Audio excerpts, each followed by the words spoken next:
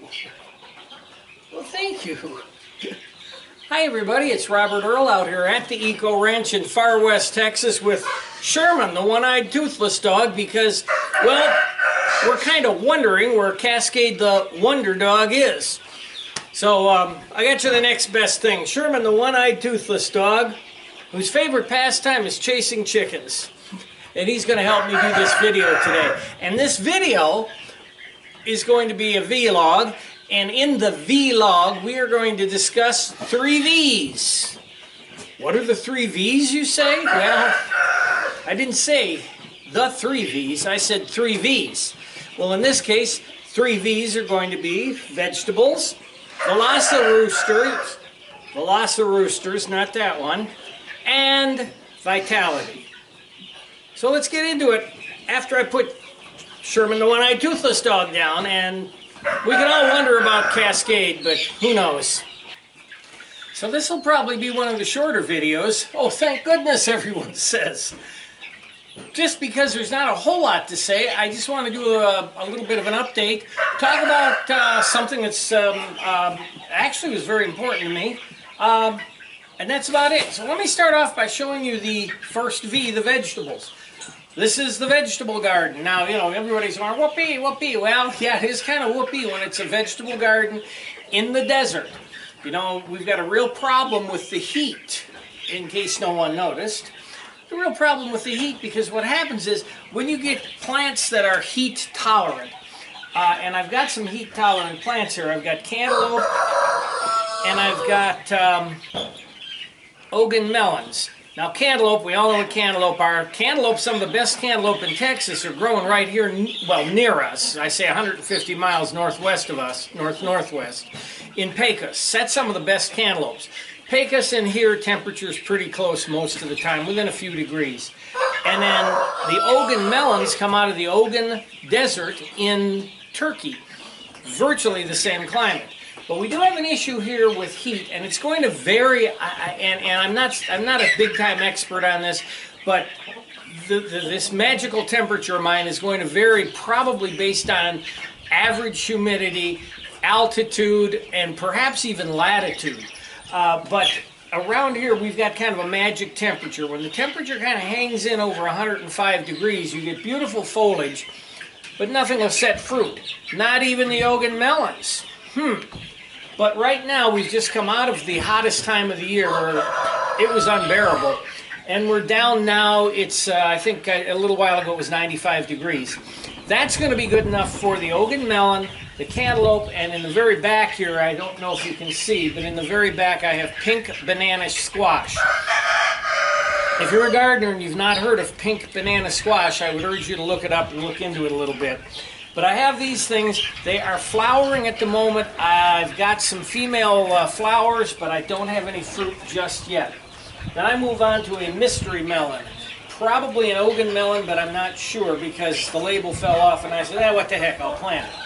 I got some chive here.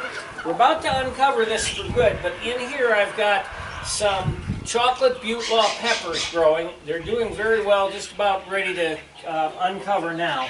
And of course, everyone knows tomatoes. Now, we've gotten in the neighborhood of 40 tomatoes off of these plants already. The hotter it gets, the brighter the sun is, the more the tomatoes love it.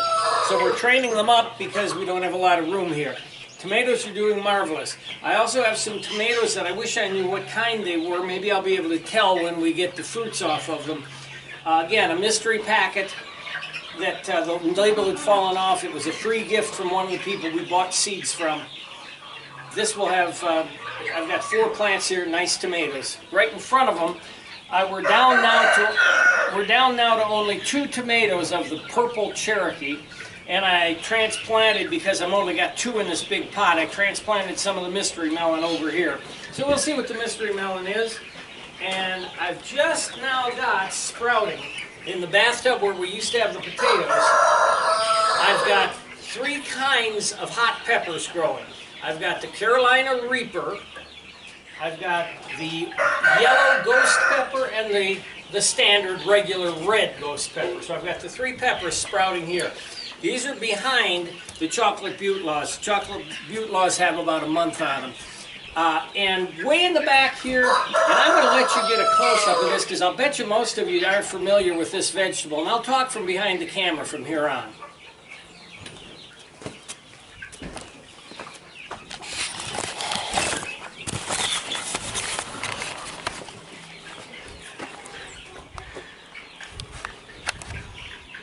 So what we have here growing up the chicken wire really like a weed is an unusual plant for Westerners to have.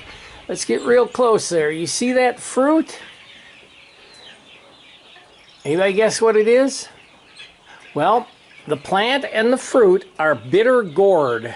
Bitter gourd is used in both Indian and in Asian, or Oriental, I should say, foods.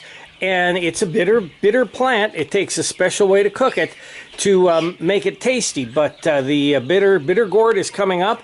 This is a white bitter gourd. Last year, if anyone remembers, I did the regular bitter gourd, and I forget what color it was.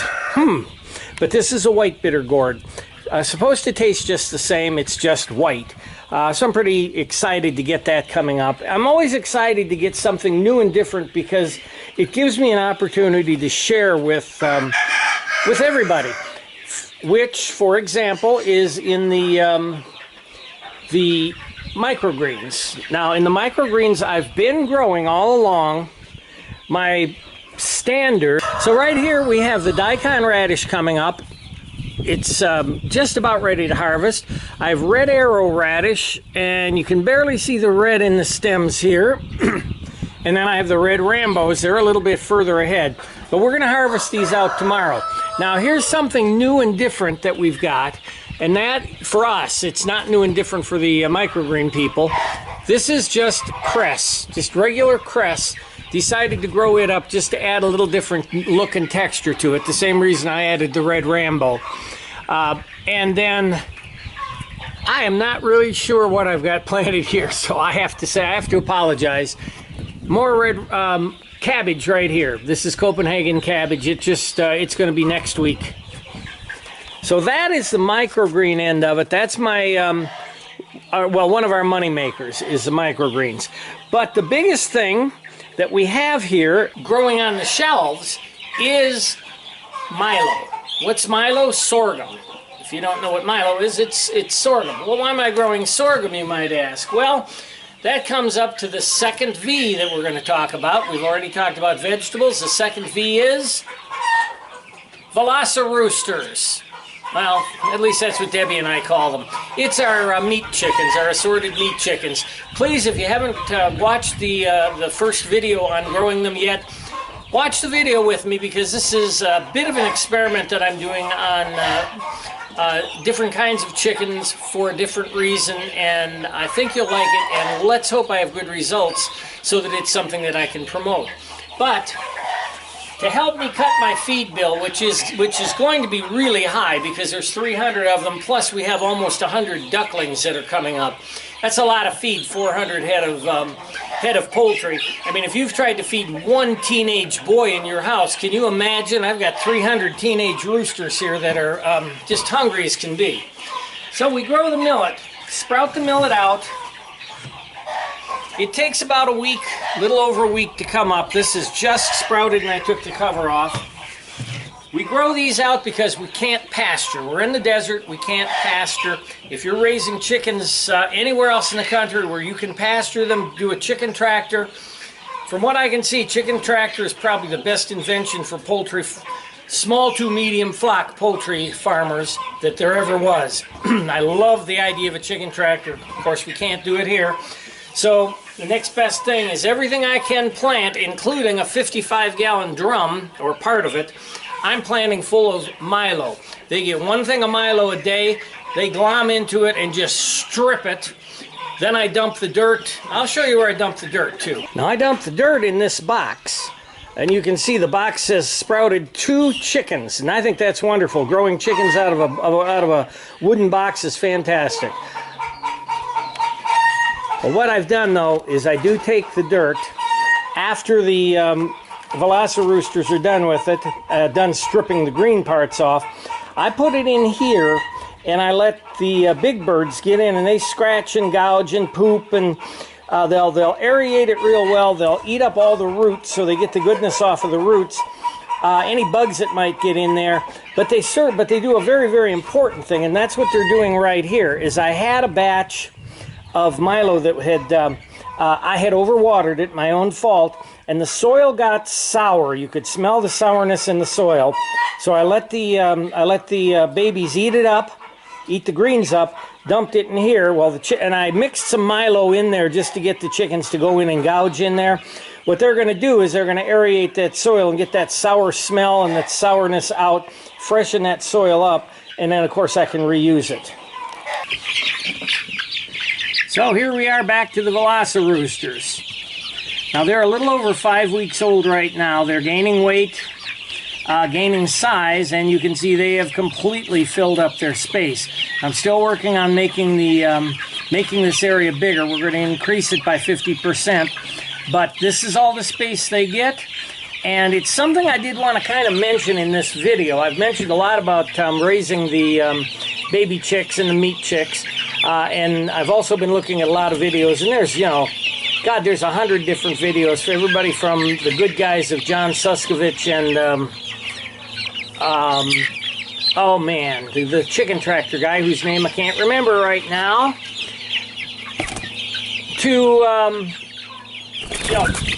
John's Homestead or Fred's Homestead or whatever, where they are raising 10 or 15 Cornish crosses and telling us how to do it. Well, Debbie and I have been doing chickens for almost 20 years now, and when we do, it's 2 to 3 to 500 in a batch.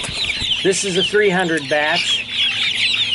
And I wanted to make a comment about being crowded, because we tend as humans to anthropomorphize everything we can anthropomorphize. I mean, you'll take a rock and say, oh, doesn't he look good? I think he's happy today. The plant is definitely happy. The chicken's happy. The pig's happy. Now, yes, they are not stressed. Do they feel joy and happiness? I don't really know, but the point I wanted to make is there are times, and this is one of them, when you're trying to grow meat birds at a reasonable price, where you have to confine them. The confinement's going to be a little bit tight. And are they going to be happy through anthropomorphization? No, they're not going to be happy, because we wouldn't be happy, so we project ourselves into that situation. Are they stressed? No. Are they thirsty? No. Are they hungry? No. Therefore, they're fine. They're a living crop. Now, it might surprise you to hear me say that, but somebody has got to say things like this from time to time so that we don't anthropomorphize everything. It's a living crop, and in order to eat, we have to raise them, and we have to raise them as efficiently as possible. The most efficient way, and I just found out it was a guy by the name of Charles Wampler who started this back in the 30s, is in confinement in a house like this. This is the most efficient way to convert my money into a chicken that I can eat. But I did want to show you. You can see they're not stressed. You can see they're walking around relatively happy. A couple of them have jumped over the barricade and they're walking around behind me. I use the word happy. Anyway, they're stress-free, except for the heat, which I can't do much about the heat. It's the same temperature in there as it is out here.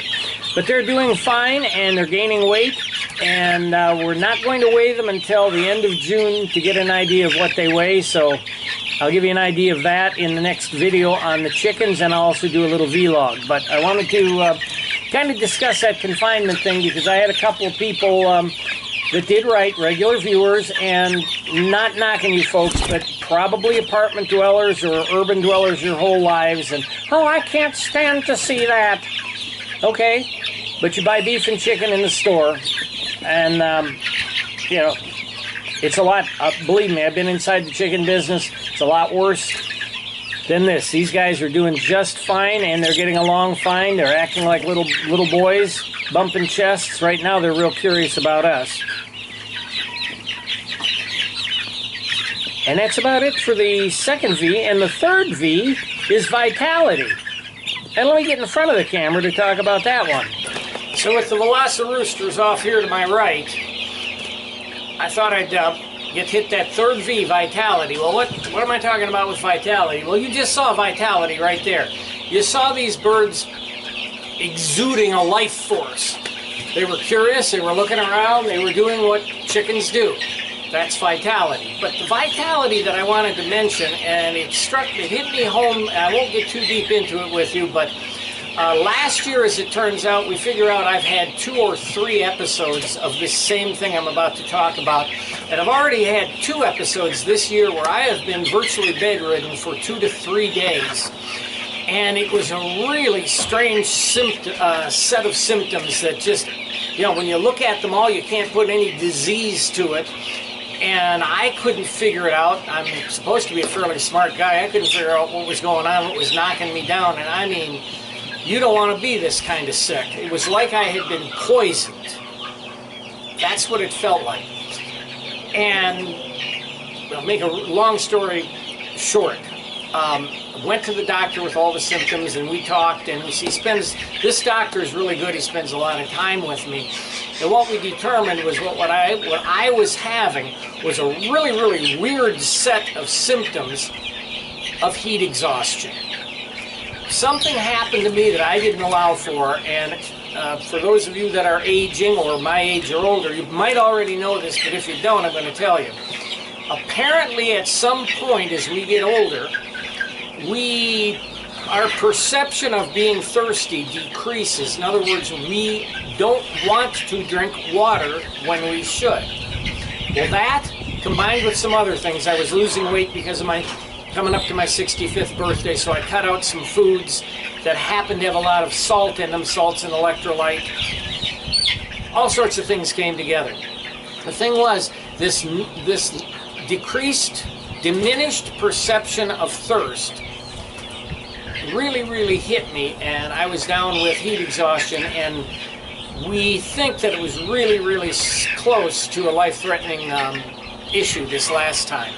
So I wanted to mention that because we want to keep our vitality up. And the way you're going to keep your vitality up, if it's 90 degrees in Detroit, 100 degrees in Dallas, or 115 here, it's just about all the same. Please take a good look at how much water are you drinking, what color is your pee, and make sure that you add something with electrolytes in it. Now, I'm not going to recommend a particular brand of anything, but, you know, Powerade, Gatorade. Doctor recommended to me a gallon of water, a little over a half a cup of sugar, 2 teaspoons of salt. He said, drink that. Well, you know, just from what I said, that tastes like crap, but I also told you the whole recipe for Pedialyte. Take that gallon and add 2 things of Kool-Aid, or a cheap Kool-Aid knockoff. It tastes very much like Gatorade. I'm trying to do that now to keep the vitality up. The vitality is the thing that keeps us moving and keeps us going. If we don't have that vitality, we're alive, but we're not really living. So I wanted to touch on that because this heat exhaustion thing did kind of scare me. I don't want you to go through it. And you guys that are really young, especially you teenagers that are out there, you don't think you can get heat exhaustion. I was an athlete through junior high and high school. I'm here to tell you, I had a lot of young guys I knew that had heat exhaustion, and I grew up in Detroit, Michigan. So it does happen. You can laugh, be macho, do all the things you want, but keep in the back of your mind when nobody's around, drink that Gatorade. Make sure you drink enough. Make sure you keep an eye on yourself. Please keep that vitality up so that you're vital like I am, like these guys are, right up until the last minute when they go, hey, what's the man doing to me? And until next time, it's Robert Earl out here at the Eco Ranch, still wondering where Cascade the Wonder Dog is, saying see you later.